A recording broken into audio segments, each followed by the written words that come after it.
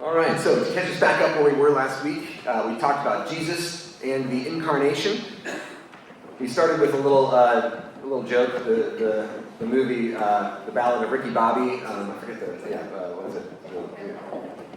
Talladega Nights, right? The Ballad of Ricky Bobby. Where he prays for little 8 pound, 6 ounce baby Jesus. Omnipotent creator of the universe, and yet can't say a word. We talked about this actual paradox, right? What does this mean? That the God of the universe was born as a baby. Thinking about what that means, what does God mean, and also what does it mean to be human? And so how is Jesus in a way in between these two? We looked at some of the witness of the Bible, and this idea of how does God relate to the stuff of the world. We talked about one of the things that the Bible says over and over again is that God creates, and that God creates in a way that's different that you and I might create. Like I might create a story, or I might create a new song, but the way that God creates is something different. God is the creator of all. God is the creator of all space and time. God is creator of anything that exists, and so is outside of all of this existence. That God is the one who shapes everything, and so God is actually invisible. We looked at this in the Bible. It says it over and over again, both Old Testament and New, that God is invisible. And we said that this doesn't actually just have to do with sight, right? This isn't just that like God can't be seen, but God can be smelled, or that God can be touched but not seen. That this is actually that the creator of the universe is actually of a different quality than anything else in the world. That God, the creator of the universe, is actually outside of space and time. That God is not a part of this world. God can't be weighed. God can't be smelled. God can't be detected. And so that there are some things in our physical world that are invisible, like the electromagnetic spectrum, right? We can't see ultraviolet rays, but we know they're there. We can detect them using technology. But we can't do that with God. That God is actually not one thing among other things in this world, but that God is the thing that is actually outside of all things in this world. There's one great theologian in the Middle Ages, Nicholas of Cusa, who tried to say, well, God is actually not other. Like, when I encounter something that's not me, I can touch it, weigh it, sometimes I assume I can't see it, but I can detect it. God is actually not just another thing among things in this world. That God is outside of all of that. And so is invisible to us. And as a result, us creatures have no way of detecting God or actually encountering God on our own. We can't just think our way to God because God is beyond all of our thought. God is totally different from anything we've ever encountered in this world. And we can't reason our way, we can't think our way, we can't measure our way to God.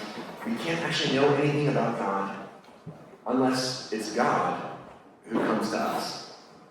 And so that's one of the starting points of our theology, that God is invisible, not meaning just that God can't be seen, but that God is beyond all of our detection, unless it is God who takes the initiative to actually come to us. So God is the creator of the world. God has created all things, in part, we imagine, because God wants to relate to those things.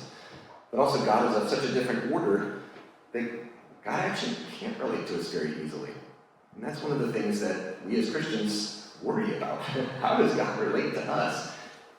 God, we imagine, created the world because God wants to be with us, but also God can't be with us because we're different. We're so different. God is beyond all space and time.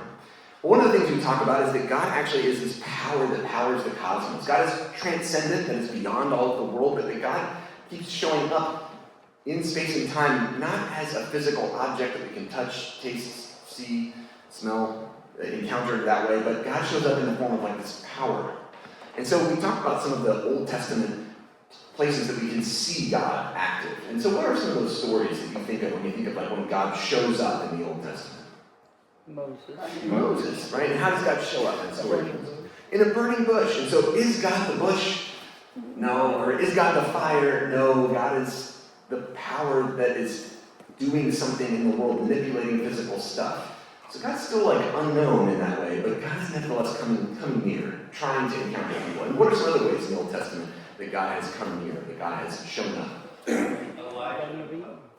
Yeah, in the cleft of the rock, it's kind of glory, right? But Moses has to be kind of covered and can't really see, and then God in some way speaks. And so we hear about light, we hear about wind, we hear about fire, we hear about like physical elements that God's power is in some way illuminating, changing, manipulating, so that God is kind of appearing to us through something. God is appearing as fire, as wind, as rain, sometimes in the story of Elijah. God shows up in the rain. So all to say that God shows up in these physical elements, but it's still not quite God that we're encountering. It's kind of the power. God's doing something. So putting some things together, when we as Christians say that God has created the universe, we would also say that God is present everywhere in the cosmos. That God's power is the thing that sustains the cosmos at every instant. So God is fully in every place. God can't not be somewhere where it wouldn't exist. So God is maximally present at every place in the cosmos. God is maximally present with me, with you, with the sun, moon, star, sky, with the Andromeda galaxy many light years away. God is maximally present at all places in the universe, but not as a thing, not as a substance. God is the kind of ground of all of this being, in a way. God is the thing that gives rise to all of this and sustains all of this. Okay, so just to put some of those things together. But we also have this belief in the Old Testament that God tries to relate to us. That we can't just reach out and grab God or know God or do anything of our own accord. But that it's God who has in some way created this world in order to be in relation to it. And that, like we said, God has manipulated these physical elements of the world to be in relationship with people. God has spoken in some ways that people have heard. God has shown up in fire and so on. But one thing in the Old Testament that kind of is unsettling for a lot of people and a lot of Christians, and even people in the Old Testament think about this, that is our ancestors in the faith worried about this thing, and that was that we still are not really relating directly with God. It's always mediated by some fire, and so there's just one great passage in the book of Deuteronomy chapter 4, where God says, don't make any pictures of me. God's talking to Moses to talk to all the people of Israel, and God says, tell them, don't ever make pictures of me. And in the ancient world, you made pictures of your gods. That's what you did. Everyone did this. So Moses, why would we not make a picture of you? God says, well, remember I showed it to you in fire or in wind. And there's a question, why does God show up in fire, in wind, in rain, these things that are all about movement? Why doesn't God like to be cast in a stone image? Yeah, in a way, it's kind of idolatrous. So that is to say that God is always bigger or beyond any of these physical things, right? Fire keeps moving. It's here, it's there. It's uncontrollable, it's unpicturable, and it also is power itself, like wind. So God, in a way, asks us to keep thinking God isn't picturable or grabbable or measurable or weighable in terms of the things of this universe, but God is actually beyond all that. And one other thing about the Old Testament is that again and again there's this declaration of this proclamation that God is the one who saves. That God is the one who saves. God saves again and again. And the paradigmatic event of the Old Testament is brought up again and again. And I'd say in the New Testament too, this is how Jesus talks about himself and his own ministry, is through the salvation of the people of Israel through the Red Sea. That is to say, they were delivered from the oppression of Pharaoh, and that God has saved in this way. And so in the Ten Commandments, when God wants to describe who God is, God says, I am Yahweh your God, who brought you out of the land of Egypt, out of the house of slavery. And when Jesus wants to explain his own story, in the book of Luke is described as an Exodus. That is to say, Jesus has delivered the people. So this is the paradigmatic or the primary, the foundational story for how God relates to the people, is that God has saved. Let me ask you all this question. So why do we need the Incarnation? If God has already shown up to the people of Israel, perhaps not in the flesh, not as an object that can be seen, touched, listened to, but through these kind of mediating forces or powers of wind, of fire, etc., why is it that God would come as a person, as a human being? Yeah, Jim. We can relate to Jesus because he's a person, we're persons. We can't relate to God because he is, like you said, beyond us. Great. So this idea that we can actually relate more clearly, let's say, to a human being than to a disembodied voice being spoken through a bush or that's on fire, right? That is to say, again, there's this relational element that God has come in the form of us, so that God can be encountered as us. And we'll explore this idea a little bit more. Any other thoughts? Why else would God come as a human being? I just think personally that God, even though he created us, he wanted to find out exactly how we feel. So the physical side of us, he experienced through Jesus. So there's something to God's experience too. Yeah. That God has now experienced human life and God has become a human. This is a really fascinating question that we'll think about from this point on. We'll have last questions about this week and next week, but that is, does that mean that God became a human? And does that mean that God is now human? Karl Barth, the great Protestant theologian, wrote a whole book called The Humanity of God. And that is to say that God has actually become a human in the person of Jesus. And if we don't believe that, because we might have some reservations about God actually becoming a human being, that is to say, should we worship a human being? If humans are fallible, humans have problems, humans have weaknesses, humans die, in fact. There's something about the humanity of Jesus that has, for a long time, been a real sticking point for Christians. And they are really worried at times about the fact that this might make God less. This might make God less than God. If God actually has to go to the bathroom. If God sometimes smells bad. If God needs his diapers changed. If God doesn't know something. Does this change God in such a way that God is less than God? But yes, this idea that God experiences humanity through the Incarnation and is an actual human being, this is also this major claim of Christianity. So we'll think about this issue as kind of, in a way, tension today. Okay, yeah, other thoughts? Well, as a human, especially as a child, he's very vulnerable also, so he experiences that feeling. And so, this experience of vulnerability, Cheryl's pointing out that people experience these extreme states, and through this experience of being vulnerable, but also through Jesus' death, and then Jesus' in the Creed, we say, descended to hell. They say that Jesus has, we can talk about that too, but Jesus has in some way experienced the extremes. God has experienced the extremities of human failure and even human inability to do things, but human, in some sense, we in some sense say that Jesus takes on the sins of the world. We can talk about this when it's too later, but just to say that Jesus has experienced everything, even human sin, and even human death. So this is to say this experience, God has experienced the entirety. So that is to say that no human being, in whatever they're experiencing, is alone. This is one of the claims of the Incarnation, that no human being, no matter what you've done, where you are, what you're experiencing, that in some way God has been there with you. Just also a more literal incarnation of the who was clothing him, who was feeding him, who was welcoming him, and all of that we think of in a figurative sense, but he was a literal sense. Yes, literally God came and had to be in some way, people had to be hospitable to God. That is to say that God put Godself at the mercy of people, and then asked people to, in some way, reciprocate what God has always been doing for us. Yeah, there's this kind of, a real relationship, we might say. Just another thought, kind of a follow-up. Jesus has been called the new Adam. Yes. And so he came to earth to show us how it should have been done. Adam showed how it should not have been done, and Jesus showed how we could live a perfect life, or we should live a perfect life. Yeah, or live the perfect life on our behalf in some ways. Yeah, so we have Paul talks about Jesus and Adam and Eve, right? This kind of like the progenitors in the faith, right? In some way figurative of all people. That Jesus' life has been lived in such a way that it is good, it is perfect in some way, and then there's the sense that like we can share in this. And we'll get at this actually next week, a little bit more. Yeah, what does this mean that we share in Jesus' life and in Jesus' new life? Like, where's Jesus now? So anyway, all right, we'll get to that. Yeah. Also, he's validating the prophecy.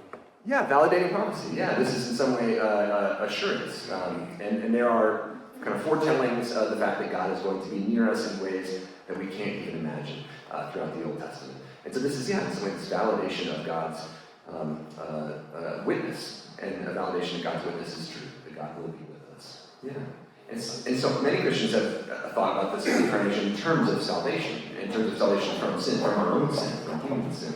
And that Jesus' death in some way has some sort of work in this. We can get more at this around Easter time when we talk about what actually happened on the cross. But for now, just to say that there's some part of salvation that's being played with this. Many Christians have talked about the Incarnation and the birth of Christ as only about salvation. What many Reformed theologians, so in our Presbyterian community, but many Reformed theologians have pointed out actually is that if we say it was, like, in other words, God decided to become incarnate in Jesus after sin entered the world, that maybe that's selling God a bit short. Like Karl Barth, the great Protestant theologian, says, oh, actually, God probably decided to become incarnate well before, like all of this. That is to say, God wanted to become a part of us, but that there is something that has to do with sin that Jesus' incarnation does. And so becoming a human and assuming a human life and then living a perfect human life in some way helps restore a relationship to God that has been broken. And so that's a part of this incarnation story. Yeah, all these things are wonderful. So this is all the kind of background to how we'll talk about Jesus and the incarnation. We're going to explore some of this. Just to remind us, last week we talked about a few Bible verses. We talked about Colossians chapter 1 and then chapter 2, verse 9, which are a great statement, a great theological statement of who Jesus is. And one of the key things here is that Jesus is in a way, this principle of God that was involved in the creation of the world, and that all of God is summed up without reservation, without remainder, is expressed in this person of Jesus. Jesus isn't holding anything back. There's nothing behind the curtain anymore. That the fullness of God was expressed through the life of Jesus. There's nothing more to know about God, in other words. Which is kind of a big claim, a big statement that Paul makes. And then John chapter 1, we talked about John the Word, right? The Word made flesh, and holding both the godness of Jesus and the humanity, the full humanity of Jesus. Jesus was actually made flesh in John 1. We talked about, I took out Luke before we started just to make it simpler, but we'll get to Luke later. But then John 14, where Jesus actually says, my followers will do more miracles than I will, which helps us to see that Jesus actually, you don't see the divinity of Jesus in Jesus' miracles. That's to say, people can do these things according to Jesus, like Elijah does miracles. That is to say that you don't look at Jesus' humanity and you see that when Jesus gets tired and cranky, but you see the God part of Jesus when Jesus does miracles. In fact, all we see, what John 14 says is that all we see of Jesus is the humanity. Martin Luther made this really important claim, I think. He said, if you want to know God, you can look to nothing other than the humanity of Jesus. And his point is that you can't see the God part of Jesus. God is invisible. All we can see is the human. So you can't look at Jesus' miracles and be like, that's God. Actually, all of Jesus is God. But then, how is Jesus a person? So we'll get to that. That's our point for today. And then Hebrews 1, talk about the kind of relationship between Jesus and angels.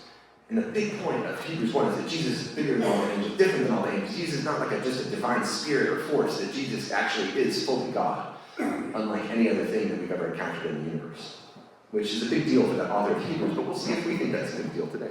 All right, just to lay this all out in a way that some people who like charts might be able to see, so that there are some tensions we've been laying out between Jesus' divinity, his godness, and between Jesus' humanity. And that's our goal for today, is to explore some of these tensions.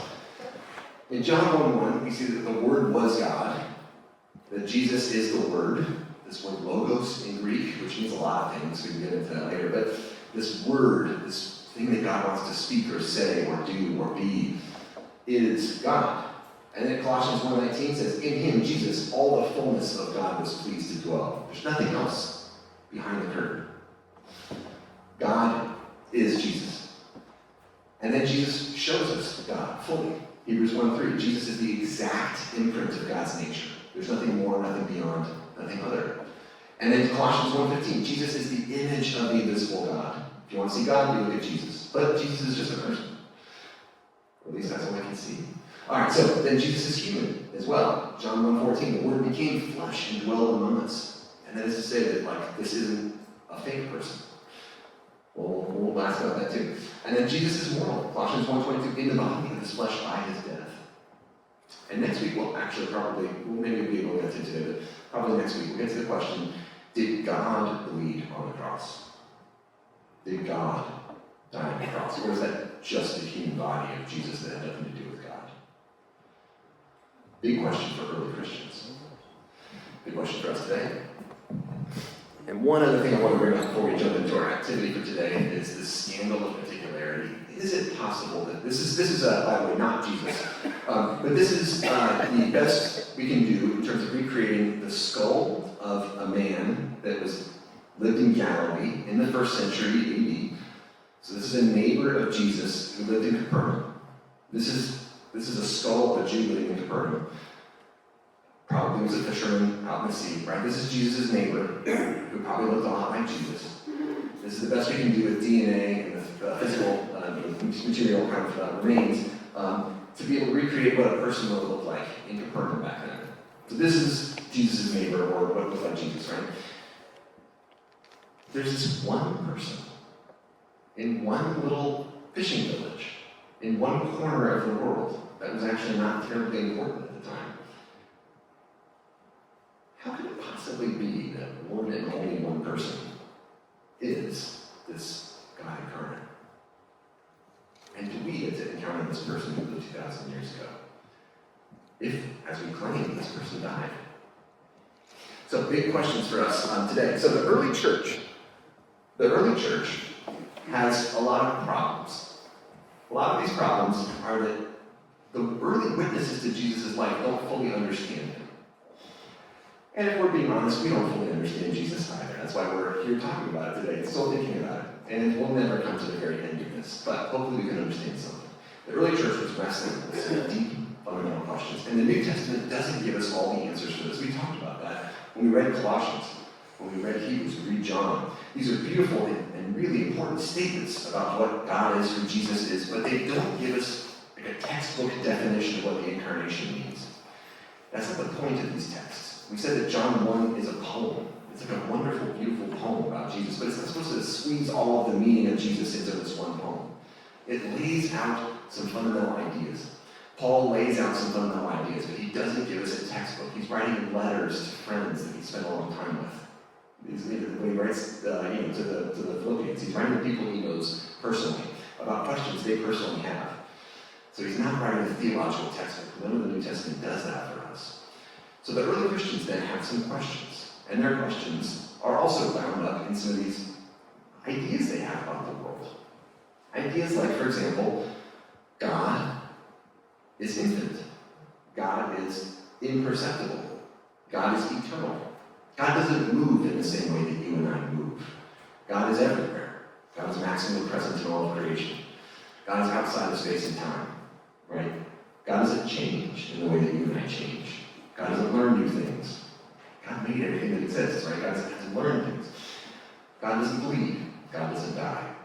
These are basic claims that not only Christians, but lots of ancient Greek people made about their idea of God. And a lot of early Christians said, yeah, these ideas work, we think. That is to say, God doesn't change, God doesn't die, God can't be seen. Well, if we have all of these notions about God, and then we talk about a physical person, Jesus, who bled and died, who ate food, who didn't know things, we have a fundamental problem. That is, we have a tension between these two claims that we want to make about this one person. So, early Christians came up with lots of ideas about how to solve these problems.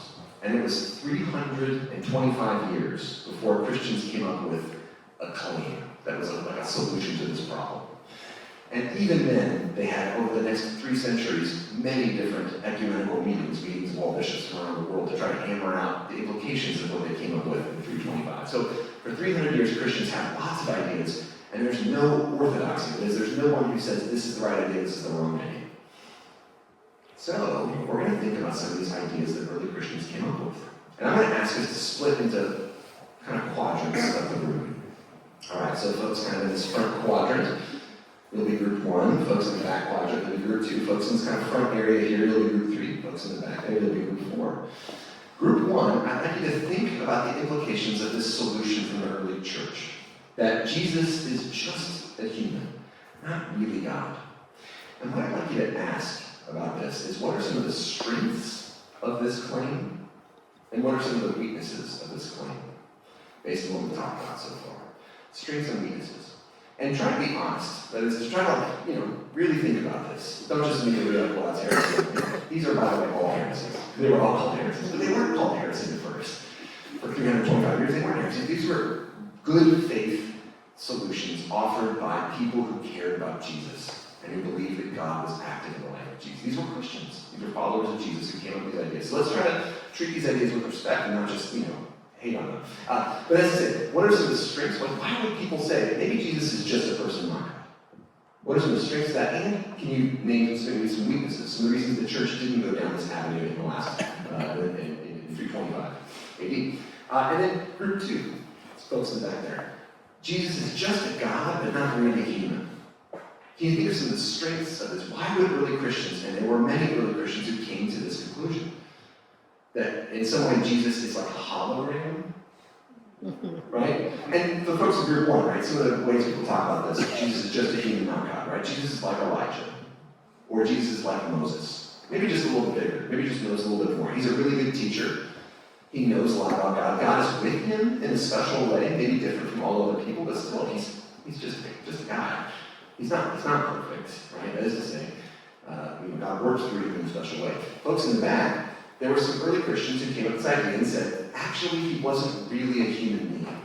It was maybe a flesh bot run by kind of like a God brain, where God was remote controlling a whole human body. But it wasn't really a part of God, right? This is the question of the humanity of God. God didn't become a human. Why would people really think hard about this? Or that Jesus was a hologram projected onto the cross or something? Why would people worry about this? And what strengths does this idea have? And then maybe what weaknesses? And you can get into groups of 2, 3, you can get by yourself if you want. Group 3, folks in the first couple rows here, just in terms of balance, maybe first 3 rows. This idea that Jesus is maybe the highest angel. Like Jesus is the Son of God, right? But emphasis on the Son. The Son of God. But not God. Jesus prayed to God, right? And Jesus said, "Dear God, please help me," in the Garden of Gethsemane. I don't want to do this. Right? So, but we also want to say he's divine. We don't want to say he's just a person. Right? So we want to say maybe he's like the highest angel. Like in the Old Testament, the angel of the Lord. That's Jesus. Okay? What are some of the strengths of saying that Jesus is the highest angel, the Son of God, but he's still created? He's not like just the real God. He's like number 2 on the God totem pole. Like just above Archangel Gabriel or something. And then in the back there, group 4, Jesus is half human and half divine.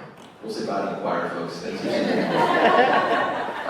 Jesus is half human and half divine. So this is to say that Jesus is like kind of like a combination of human and divine, like kind of like stuck together, right? Maybe like there's a human part. So if you saw Last Temptation of Christ, remember that Jesus is like a person, but then also there's this like God part of him that's kind of like wrestling with him and like does stuff sometimes. And sometimes he has to ask like, who am I really? He's like got like a, there's like sometimes Jesus does like human stuff, and then sometimes Jesus does God stuff. And Jesus isn't sometimes in picture. Like it's kind of like 2 parts inside Jesus, kind of fighting sometimes So those are these 2 parts of Jesus. So I'm going to give you a few minutes to just think for a bit. Maybe talk to your neighbors. What are some strengths and weaknesses of your version of Jesus? Right? So group 1, group 2, group 3, group 4. Okay, questions? All right, let's get to it. What are some strengths and some weaknesses? Well, let's start with group 1. The idea that Jesus is just a human and he's not divine. All right, so what are some of the reasons that early Christians might have? What are some strengths to this idea? What are some reasons that people might have been drawn to this idea? Is just a good teacher, or maybe he's a person that's full of the Spirit of God, but maybe not God. Yeah. So, You said that God can't be seen. God can't be seen. How in the world could we be seeing God? In a person like that, Jesus, right? God can't be seen, but we can't see people, so Jesus is a person, yeah. Any other reasons that you come up with? I walk just like everybody else. Yeah, this guy had problems. And sometimes he's crabby in the Gospels. You ever read that story of the Syrophoenician woman comes up to him and she's like, "Please, Jesus, be nice to me." He's like, "Take your dog." What?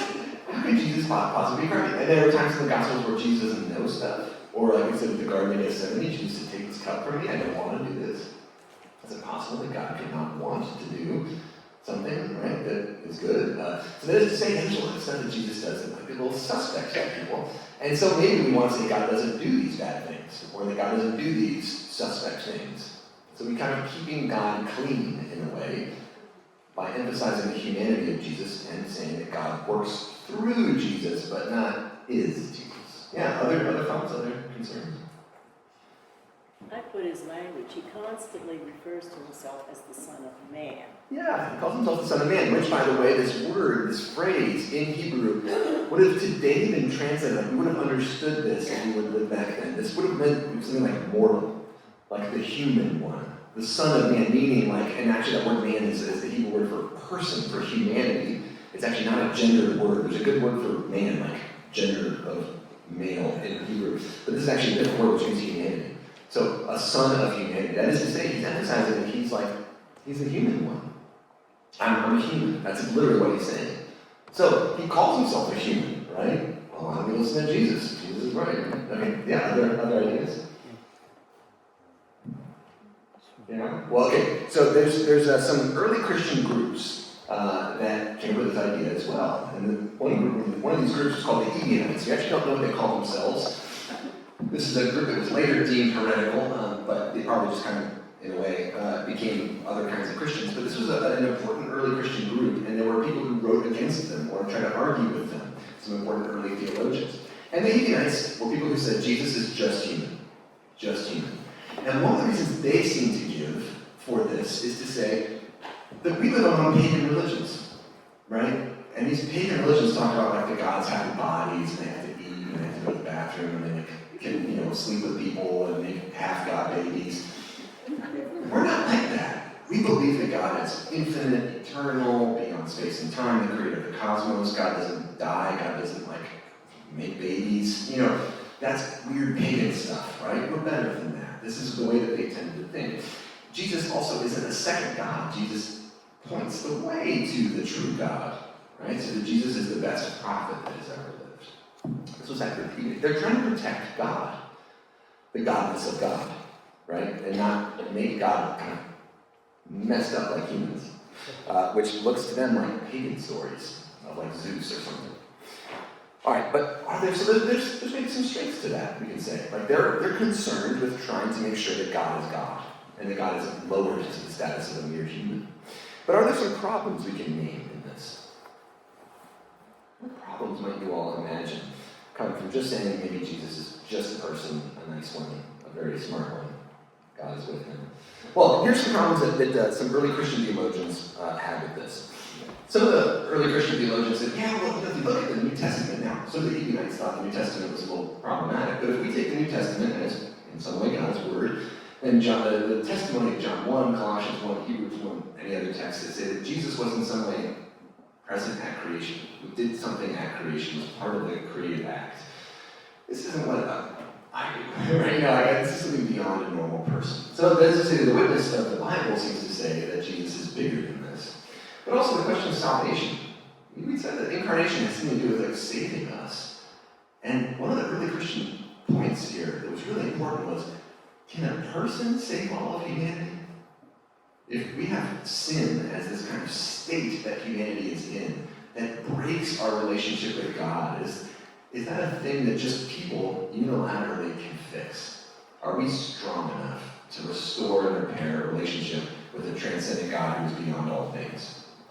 Well, many early Christians said, no, we're not strong enough to do that. But then also there would be no incarnation, which means that God would not be fully present to us in any way. So that is to say, God would still be showing up through, Jesus is no better than a burning bush. And one of the problems for early Christian theologians with this is that they worry. They say, you know what? When God shows up through a burning bush, that's not a full revelation of who God is. There might be more to God than that. Or there's something behind God. There's a curtain, and there's something else behind the curtain. We're just seeing some wind and smoke and some words. But how do you really know that you're relating to someone? This is like an internet problem, right? If you get catfished on the internet, or scammed on the internet, right? Because someone says, oh, I'm in help, I'm in need, and then you find that there's actually something else behind the computer that you don't know. Right, someone says you owe money on a credit card, it's American Express. No, sorry, it's not American Express. It's some guy sitting in a computer terminal messing with you, right, and taking money from you. How do we know that the burning bush isn't some computer terminal person messing with you? This isn't some other kind of God, or is this a demon? And early Christians worry about this. If this isn't the full revelation of who God is, if it's if God doesn't in any way fully show up and relate with us individually on a personal level, then how can we really trust anything about God? And then finally, Revelation. The Revelation meaning revealing stuff about God. Does Jesus show or tell us something about the invisible God? And if that's true, then how does Jesus know this? In other words, how are we, if Jesus is no better than us, or maybe he's just real smart or something, how does he cross that giant gaping divide between humanity and God? How does he know any more than we do? Moses seems to be weak and fallible, and Moses oftentimes says, I don't know things. Let's say God tells him some stuff and he just repeats it to the people. He's not that smart. By the way the Bible tells it, he's not coming up with new ideas. But Jesus seems to come up with lots of new ideas. If this is not coming from God, then Jesus doesn't know anything more about God than what we know, then where is this coming from? So, there's another early Christian group that likes to say that Jesus was just a human, or that Jesus appeared to just be human. That is to say that Jesus might be just kind of in a worrisome way, that Jesus is almost like a hologram. And these folks kind of faded into group 2. So let me ask group 2.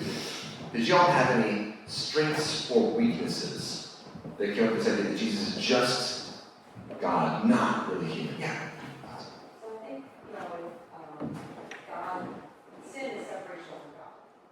So how could God separate God from himself, basically? Yeah. So therefore, if Jesus is God, because he's sinless, because Jesus can't sin because he's God, and God can't sin because God is sinless. All of human beings sin because that's not human. Yeah, there's a notion that Jesus is involved in the salvation of people. Jesus is the way that God saves in some way. That's this statement. Jesus' name means saves. He saves. That's literally Jesus' name means salvation. So if Jesus is the instrument of God's salvation, and Jesus is like a hologram, or like a puppet, or a robot, like, did God actually fix anything through the death of Jesus? How does the death of a puppet, or a robot, or a ghost, hologram, that doesn't do anything for us, right? Hologram died, cool. So a fresh puppet died, right? I mean, that doesn't do anything for us either. So that is to say, yes, there's something involved in salvation for this. Yeah, anything else? Jesus often prays to the Father, so he can pray to himself. Yes, is How Jesus... is he separated? Yes, we're shaping into questions that we might call Trinitarian questions here, questions of Father, Son, and Spirit. But yes, is Jesus schizophrenic? Is God schizophrenic in the person of Jesus, like talking to himself, like praying to himself? What is happening there, right? So maybe if we say that if Jesus is praying to him, if God is praying to himself in Jesus, maybe this isn't just like a robot or something. Like actually, this led some early Christians to say, maybe Jesus actually is enfleshed in a special way. Maybe this does something to God. So other thoughts. What is the robot theory or the puppet theory, the ghost theory, the hologram theory of Jesus? What else does this do for us, positively or negatively? If God sent his only son, which is Jesus, Yeah. that means God is still that supreme being out there. Yeah. Even though Jesus is here and his God's Spirit is in Jesus, because he says, when you see me, you see God. Mm-hmm. But he's not actually God. And when he ascends into heaven, it says he sits on the right hand of God the Father. Right. So here we have this issue of God So the there's Father. a separation still. There is this idea that there's different persons. So there's a God the Father, there's a Jesus, and then we bring along this in Christian theology, the Holy Spirit. So in these three, we might say, persons of the Trinity, but also a claim that all three of them have to do with God, or are God. So this is to say that there's some interesting stuff for us to work with there. This is a Trinitarian question, we'll try to get to it as we can. But yeah, so for the person of Jesus, any other thoughts about this kind of, like, what would a hologram Jesus, what does that positively do? Why would people come up with this idea? But also, maybe, what are some issues with it? What kind of explains what we see as like he's weeping, he's bleeding, Yeah. he's dying. God can't cry, come on. God's beyond all that, right? Doesn't God already know that inside the story? How does Jesus not know that his friend Lazarus is dead if he's God, right? This has got to be some, like, acting, like a play acting, or it's got to be like, right? I mean, God's got to be pretending through Jesus or something like this, right? So it's all kind of fake.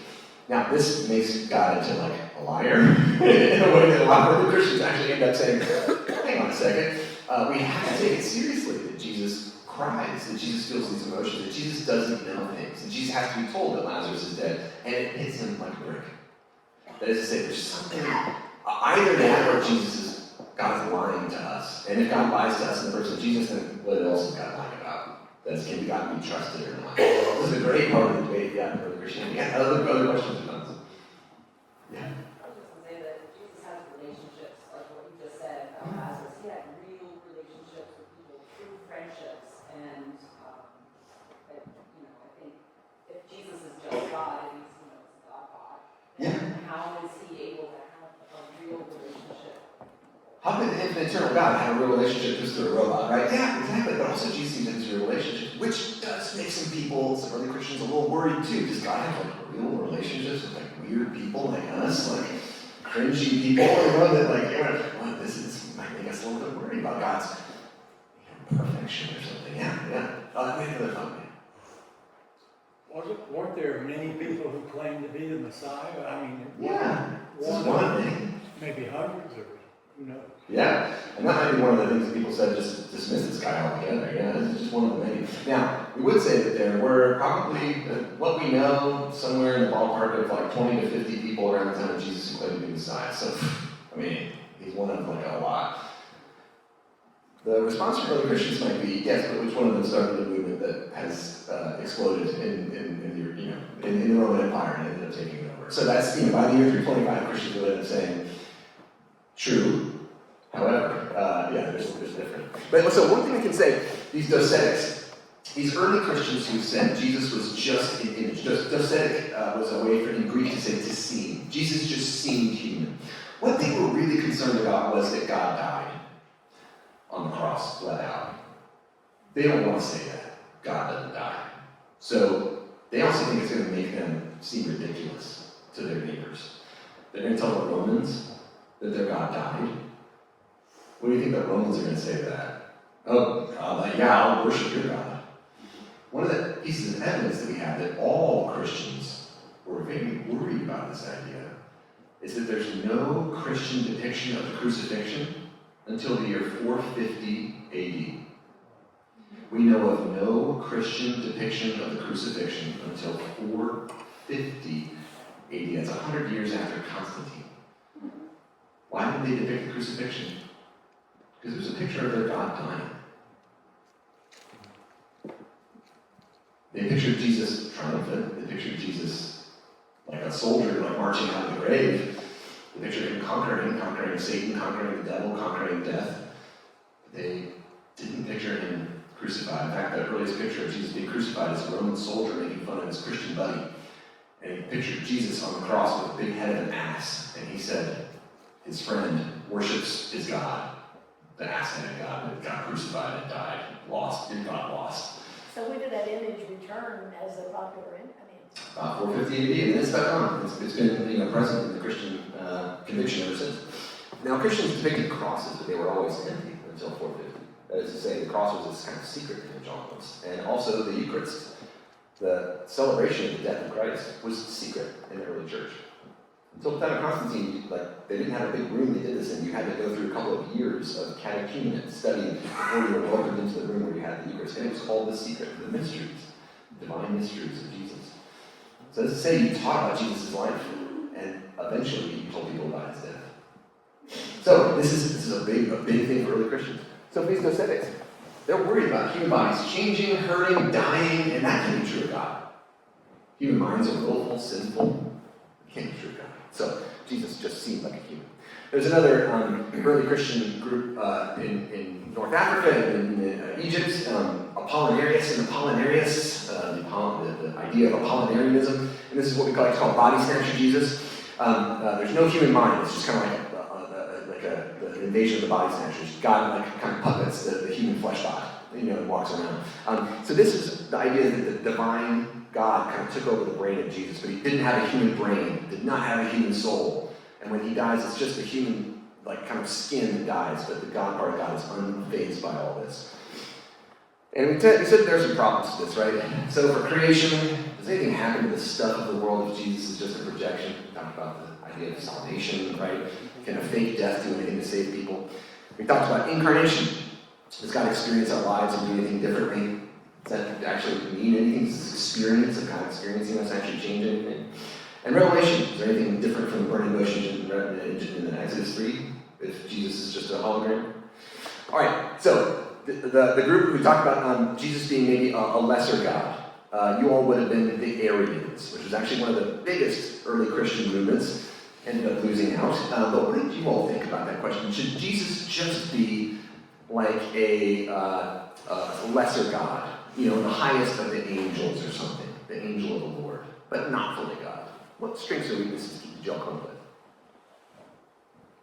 Well, he said he was the Son of God. Yeah, he said he was the Son of God. Which means he's like not God, maybe. Yeah. So this guy Arius, this is the Arian baptistry, which is in Ravenna, Italy today. You can go see it. This is a baptistry by these Arian Christians. And they say, you know, Jesus is born, begotten. Jesus is begotten of the Father. Well, that means born. So Jesus was born. So God, there's a part of God that was born. This is like, you know, made, created. So Jesus is created later than the big part of God, God the Father. And so lesser than God, but still super, super important, right? This is super angel Jesus. Now, some problems you might come across with this, right? Did a half God make the world? Jesus made the world. So did a demigod, or it's like we got like Hercules kind of making the world. Are we all the products of a half God, half human, or like a high angel thing? This is a little bit weird for a lot of early Christians. Also, the salvation, did a half God save us? Right? Can a demigod save? When Christians say actually that God is the only one who saves, this is the claim of the whole Old Testament. God is the only one who saves. People don't save, and angels don't save in the Old Testament. If salvation comes, it comes from God alone. So early Christians have a big, problem with this. And then also, is Jesus even a person then? Or is Jesus just like this kind of angel, kind of like showing up, appearing or something in the form of a human being? And does Jesus show us anything really different about God? So if Jesus is different from God, then Jesus is showing us something other than God. Then is that actually the revelation of God? How can Jesus be the full imprint of God? The fullness of God? How can Jesus reveal everything there is to reveal about God if Jesus isn't God? So in other words, we're like talking to a friend. Maybe we know a lot about God, but we don't actually meet God. This isn't about making friendship with humanity. This isn't actually about a relationship. Lastly, got a group in the back. Is Jesus half God, half human? There were a couple of groups, the Nestorians and the Eutychians, who were pretty popular in the early church. What did y'all think? Any strengths or weaknesses about half God, half human? Is Jesus a mixture, half and half? He feels kind of like a punt. Yeah. So you never quite know who's doing what in the stories. Where are the boundaries? Yeah. Right, yeah, get into the thought, yeah. Something similar, like the which half is this. Yeah. Half. You said right half, left half? Right. Brain versus body. Yeah. And this is actually an early icon of Jesus. This was found in Mount Sinai at St. Catherine's Monastery. This is from the 4th century. It's one of the earliest pictures of Jesus that we've got.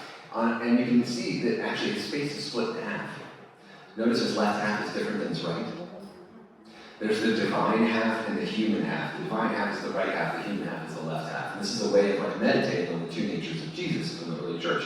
But if we do really think that Jesus is split in half, his right hand does all the God stuff, and his left hand does all the human stuff, and does get us into some problems. So Eutyches was this guy who said Jesus is half human, half God, kind of mixed together. Kind of like you put together like, a group of Legos, and like half of them are like, green Legos and half are blue Legos or something. Like this is the God half, this is the Jesus half. And he said, yeah, Jesus is both human and divine. And it's just, we got a new kind of being when you mix them together, kind of put them together to get this new thing. And that's the thing that can save, that can, but a lot of early Christians thought this is kind of a punt. That is to say that the human and divine come together and make a human. Here's a little picture there. Right? Yeah, Jesus is a human, half human, half divine. The problem, though, is, of course, which one, can a human save humanity? Is a human God? Can a human reveal God to us? It's a new thing. Now we can relate to humans. But we had another guy in the early church, Nestorius. We call him the double-man Jesus guy. This guy's pretty important, actually. This actually wasn't Nestorius' idea. Got pinned on him, unfortunately, but other folks ran with it. But anyway, this idea that Jesus got two people inside. This is kind of like the last temptation of Christ depiction of Jesus. It's like wrestling inside himself between a human and a God. Like mind and soul. But there's kind of two people in there. And one of them does all the problems. And one of them dies. And the other one is good and does all the miracles. But we got some problems with this. The early church says, yeah, if we mix together these two things to make a new Jesus, is then Jesus still fully God? Is that actually God we're dealing with when you deal with him? When you breed together a miniature schnauzer and bulldog, are you dealing with a bulldog or a miniature schnauzer? Or are you guys something completely different actually now? That is to say, we got something new. Or with Incarnation, we now got a new thing. It's not God incarnate, it's like a new breed. Or salvation. Did the new breed die on the cross with God? Or what exactly died? How do we know which part of Jesus is talking or acting? How do you trust which part is the God part, which one is the human part? This is a big problem for early Christians. All right, so next week we're going to jump into what early Christianity actually did. That is to say, when we recite the creed, we recite the Apostles' Creed sometimes, the Nicene Creed, sometimes we talk in terms of the Chalcedonian Creed. We're going to talk about those early Christian creeds. So the early church, under the power of the Roman Empire, but still got together all the bishops of the world into what's called an ecumenical council in 325. So in the year 325, literally thousand or so bishops get together from all corners of the world. Bishops from India, bishops from where it was today, England, right? Bishops from all over the known world get together, and they have a big meeting where they hash out their problems that we've just been talking about. They talk about it for like a couple of years, and they end up coming up with a creed. And that's the creed that every Orthodox Christian, every Catholic, every Eastern Orthodox, every Protestant Christian, every Ethiopian Christian, every Christian you come across recites the same Nicene Creed. I don't know of many kind of non-Nicene Creed churches out there. So that is to say, this became determinative for the church. And how did it become determinative? What do we do? All right, just to remind us, we had our Ebionites, Jesus is just a human. We had our Docetics, Jesus is just God. We had our Arians, Jesus is divine, but created by God. And then our Eutyches, our half and half Jesus. So, next week we'll talk about how we understand Jesus. That Jesus is someone who has a human nature and someone who has a divine nature.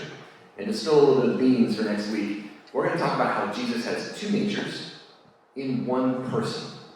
And that's the solution of the early Christian church. And what that means is that if you ask what Jesus is, you get two answers. Human and divine. Jesus has a divine nature, Jesus has a human nature. But we as humans can only see one. We can only interact with the human nature. But Jesus is one person. So when you ask who Jesus is, that's God. The fullness of God, nothing other than God.